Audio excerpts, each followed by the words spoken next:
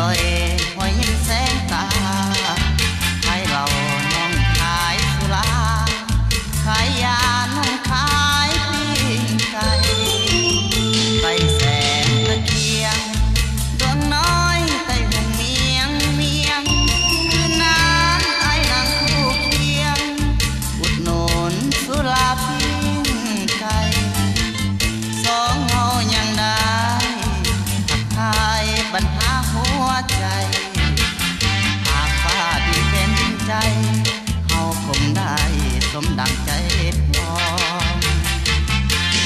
อายและน้องเป็นลูกสาวนาดำกำ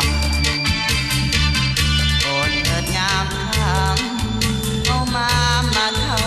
ใจกันใจอายใจน้องสองใจปองดองสัมพันธ์ทุกเป็นตายร่วมกันหักกันส่วนนิดนิรันดร์ก่อนจากคืนนั้นคิดทอดใจจอยสาวตะเกียงน้อยค่อยคิดทอดบ่หาขออาสา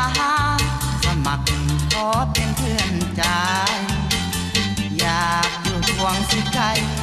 ซื้อปิ้งไก่เป็นข้าพเจ้า